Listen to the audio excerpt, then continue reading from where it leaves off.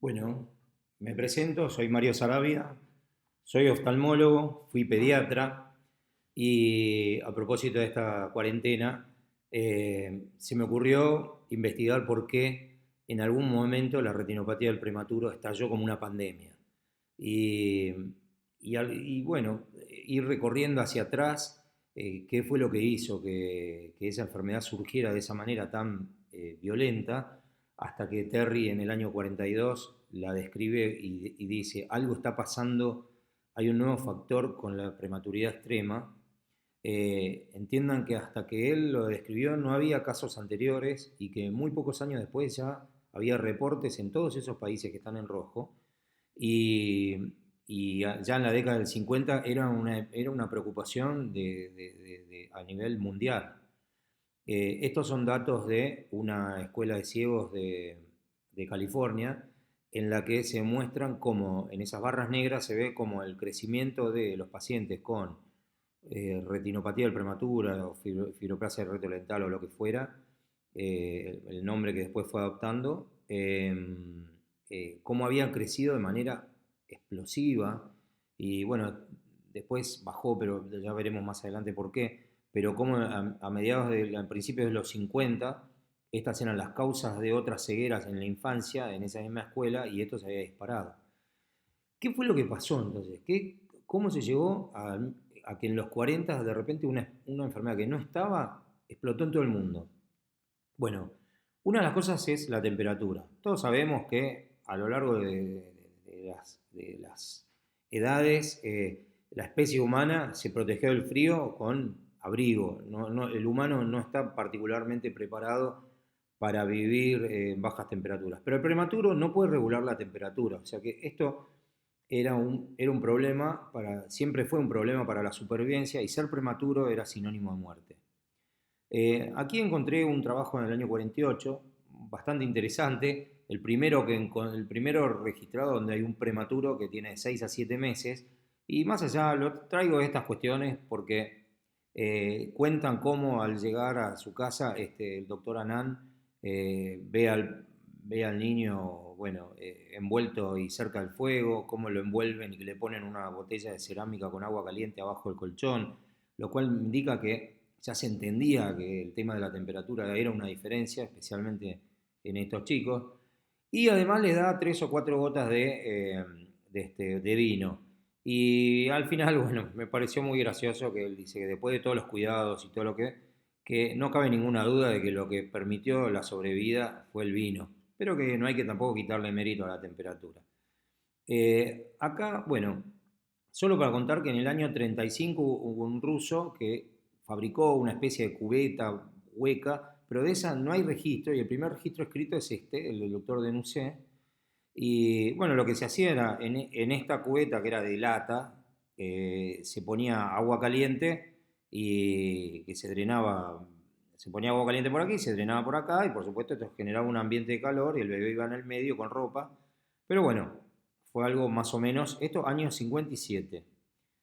Esta es una imagen de la maternidad de París. Esto era la meca de la maternidad del mundo. Fines del siglo XIX, los años 1880, 80 y pico. Eh, Aquí se cocinaba y estaba todo el conocimiento en temas de maternidad.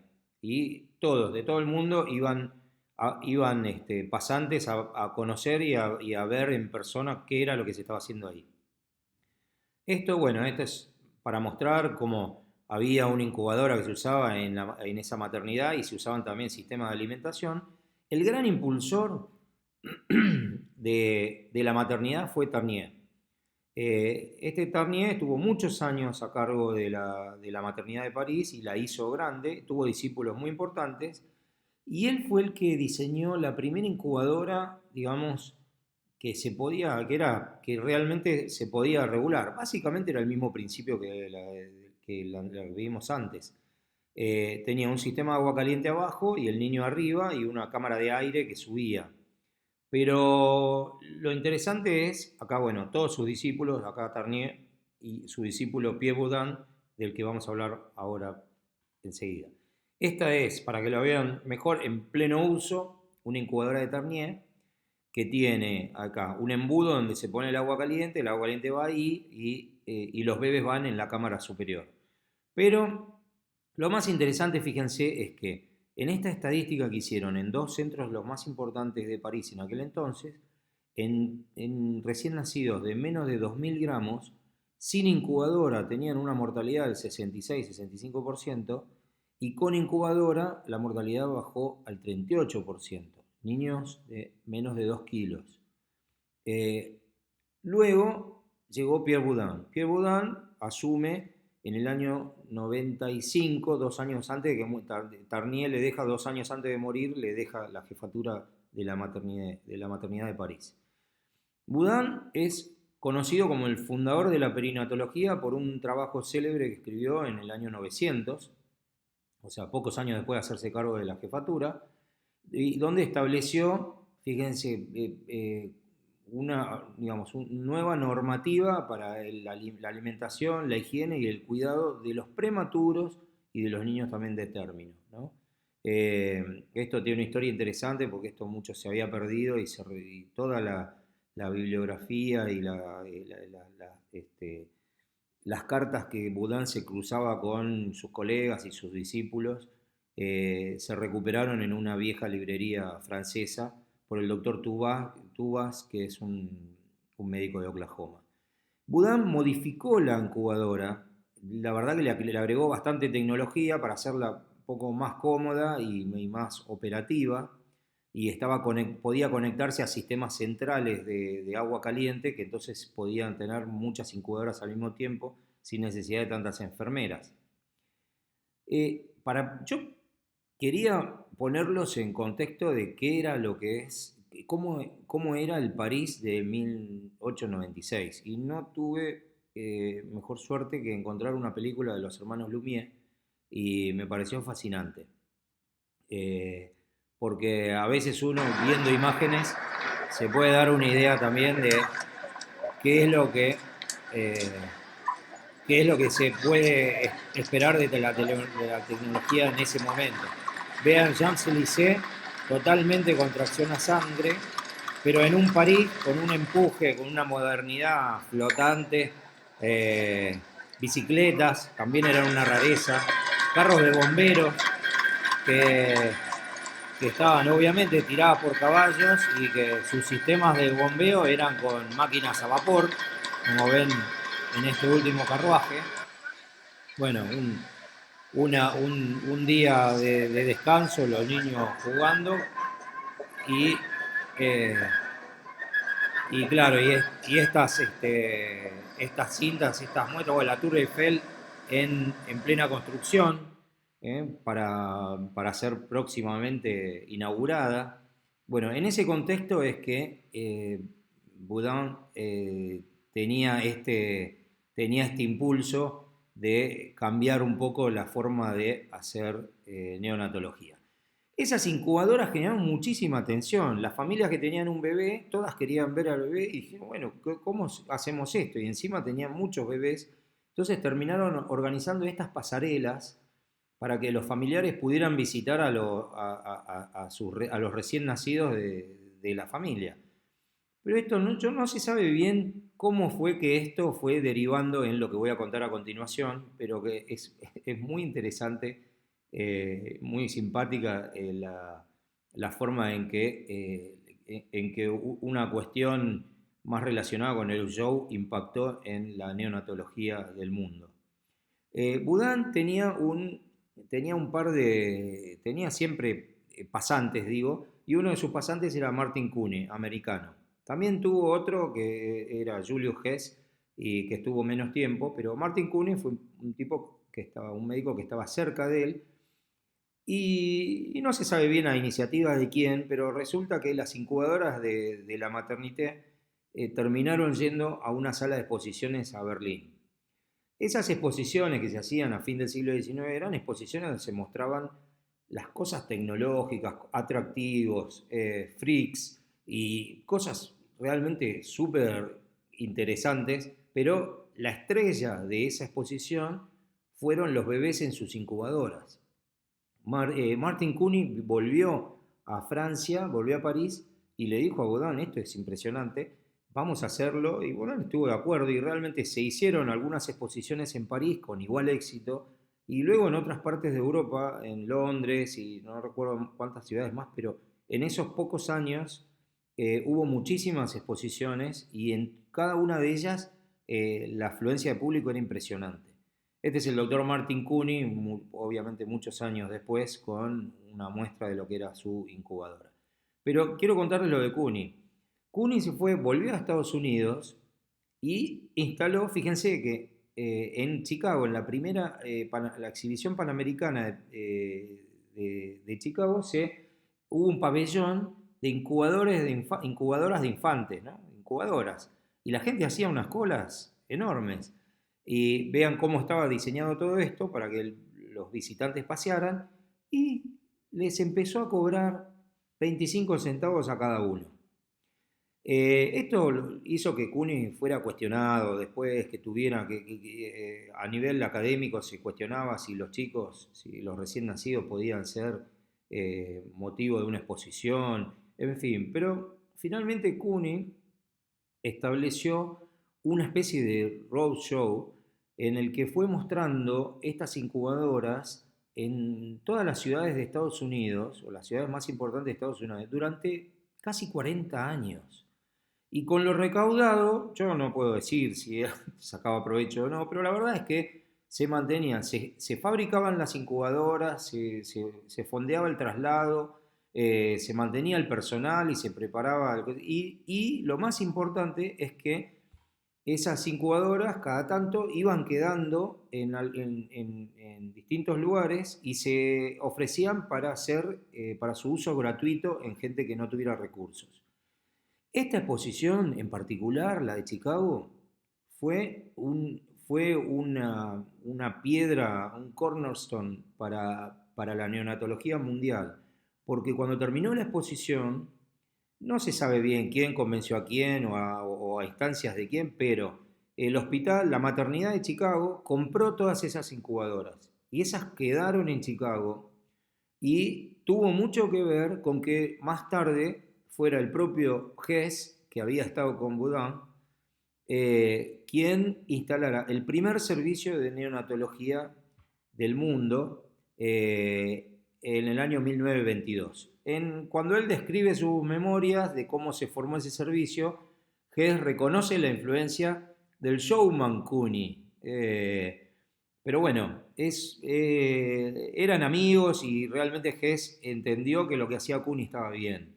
Y es probable que esa cuestión de salir a pasear las incubadoras por todo Estados Unidos y por toda Europa haya adelantado en muchos años el cuidado de los prematuros. El otro asunto es el oxígeno. Acá hay cuatro genios. Uno fue un sueco, un farmacéutico sueco que descubrió un montón de sustancias y elementos y en fin, y en el año 71 descubre el oxígeno, muere poco después porque se le ocurría probar todo lo que descubría y descubrió el mercurio, aunque también había descubierto el cianuro, así que no sabemos bien por cuál de sus descubrimientos murió. Pero él se olvida de publicar lo del oxígeno, en realidad lo publica en el 77, y en el 74 aparece Priestley y usando también óxido de mercurio y, bueno, básicamente lo que estaban en ese momento estudiando era fenómenos de combustión. La combustión no tenía ese nombre en ese momento. Y había una teoría muy extendida entre los científicos y la gente, los intelectuales, que era la teoría del flogisto. Es muy largo de explicar, pero la teoría del flogisto es como que la materia tiene una parte inerte y una parte que tiene un alma, digamos. Y lo que en ese momento le llamaban alma, en realidad era la misma combustión. Y claro, cuando Priestley descubre esto y lo expone, descubre el oxígeno y lo expone al fuego, el fuego hace una llamarada impresionante y él dijo, descubrió el flogisto.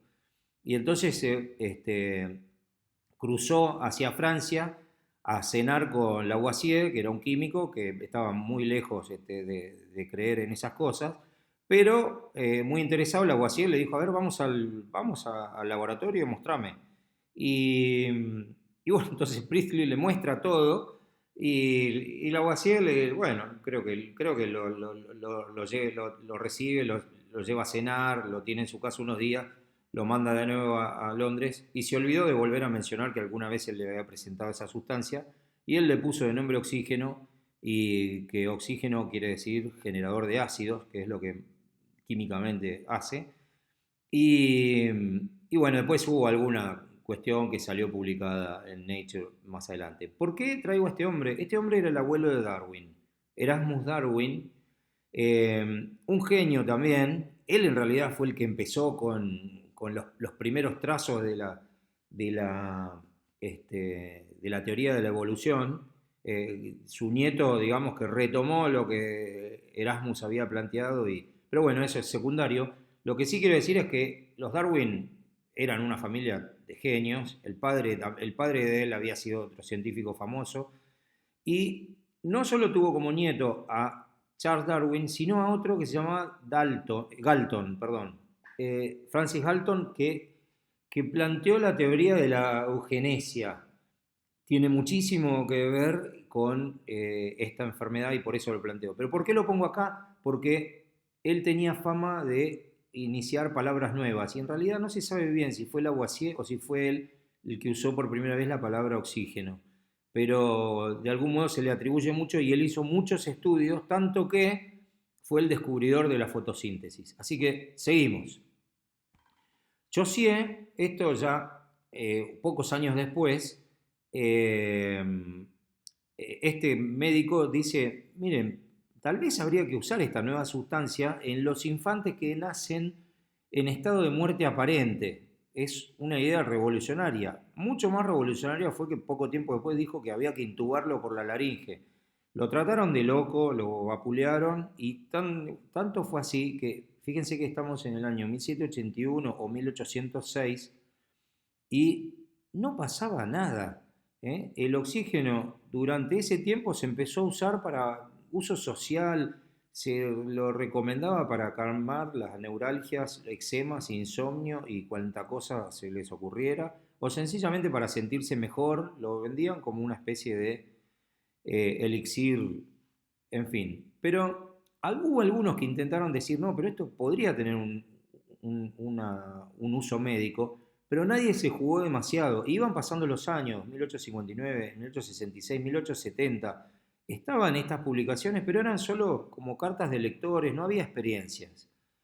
Y llegamos al final del siglo XIX y todavía seguía siendo de uso social.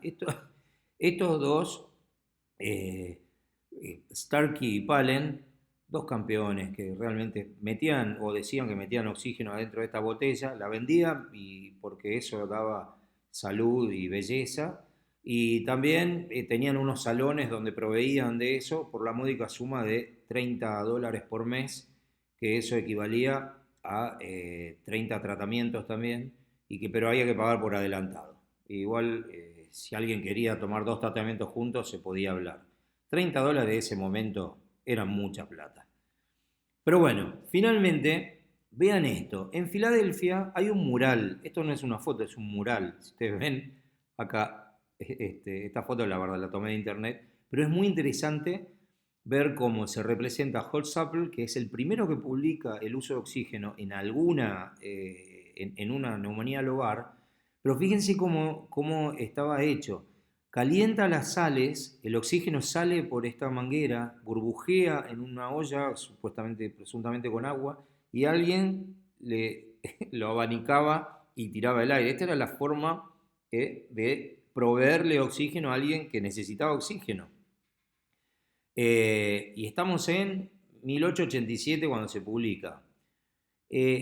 Realmente todo muy primitivo y en etapas muy iniciáticas. Llega el 1900 y nada había cambiado demasiado. ¿Qué es lo que termina cambiando? Bueno, sí, hay algunas experiencias. Es muy interesante, muy curioso que el primero que describe el uso de oxígeno en neonatos es alguien que se llama Bonner, un capricho de la historia, que era también un discípulo de Tarnier. Tarnier le dice, ¿por qué no usas oxígeno que tenés este chico azul, este Blue Baby? Pero claro, aparentemente no tuvo, después leyendo el trabajo, como que no le dieron demasiado eficacia al tratamiento, pero claro, había una clave. Se decide usar oxígeno, pero 2 horas al día, que obviamente en estos pacientes eh, les daba un alivio transitorio. Un año antes ya Bloget había publicado el uso de oxígeno, pero de manera continua. Pero a ver, entiendan que en esa época se entendía que el oxígeno, que se acababa de descubrir, producía ácidos, y en realidad lo que hacía era, a ver, el oxígeno en el hierro produce óxido de hierro y hace que el hierro se envejezca. Entonces un poco la idea de lo que en esa época se creía era que si vos inhalabas mucho oxígeno, ibas a envejecer rápidamente y todo tu cuerpo se iba a oxidar de algún modo. Entonces había muchas prevenciones para esto. Por eso es tal vez por eso que no pasa nada hasta que llega la guerra del 14. ¿Por qué traigo la Primera Guerra Mundial? Porque en esa guerra los alemanes empiezan a usar para vencer las resistencias en las trincheras gases clorados. Cuando empiezan la guerra de los gases. Y el gobierno británico, muy preocupado, envía a un joven médico a ver cómo se podía resolver eso, y este médico termina inventando el Black Veil Respirator, que es como ven, es una máscara embebida en sulfato de sodio, carbonato, glicerina y agua y qué sé yo. Y él toma además, en aquel momento empiezan a ver si se diseñan unas máscaras para protegerse y poner esos filtros de un modo, digamos, más profesional, si se quiere.